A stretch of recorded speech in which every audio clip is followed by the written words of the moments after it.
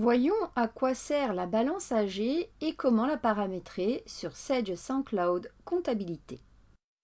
La balance AG permet aux entreprises d'avoir une visibilité sur l'état de leur trésorerie future.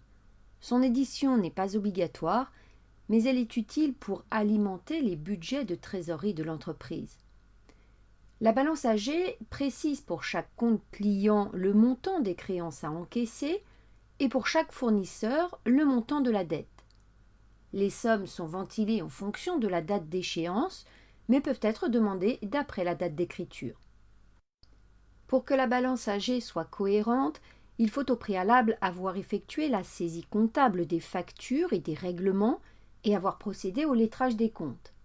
La balance AG client permet ainsi de s'assurer que le chiffre d'affaires qui a été facturé a bien été recouvré par l'entreprise et d'identifier tout retard éventuel de paiement. La balance AG fournisseur permet quant à elle de s'assurer que l'entreprise est bien à jour du paiement de ses dettes.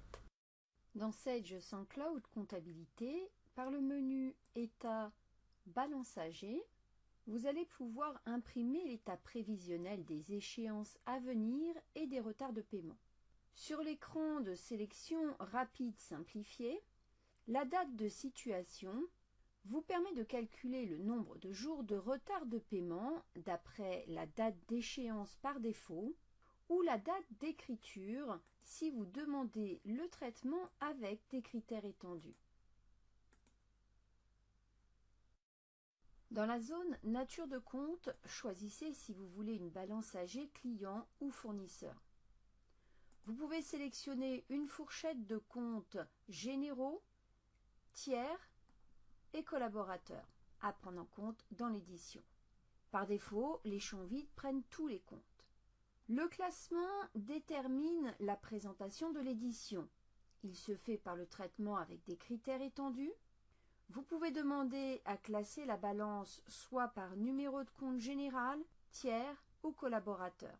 Toujours avec les critères étendus, vous pouvez choisir d'imputer les règlements et avoirs sur les factures à partir de la date d'écriture ou d'échéance selon le cas, la plus lointaine ou à bonne date. Dans ce cas, si l'état est d'après la date d'écriture, les règlements et les avoirs sont imputés en fonction de la date d'écriture, sinon de la date d'échéance. En cochant l'option « Impression selon le sens du solde tiers », les tiers sont édités selon leur solde privilégié, c'est-à-dire que les clients créditeurs et les fournisseurs débiteurs ne sont pas édités. Sinon, tous les tiers concernés par la sélection sont imprimés quel que soit leur solde. De même, pour que l'État prenne en compte les écritures sans échéance, vous devez cocher l'option « Inclure les écritures sans échéance ». Il s'agit principalement des règlements partiels.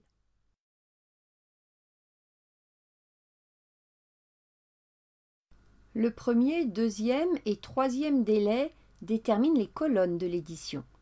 En fonction du nombre de jours que vous indiquez dans ces zones, les retards de paiement apparaissent en 4 colonnes.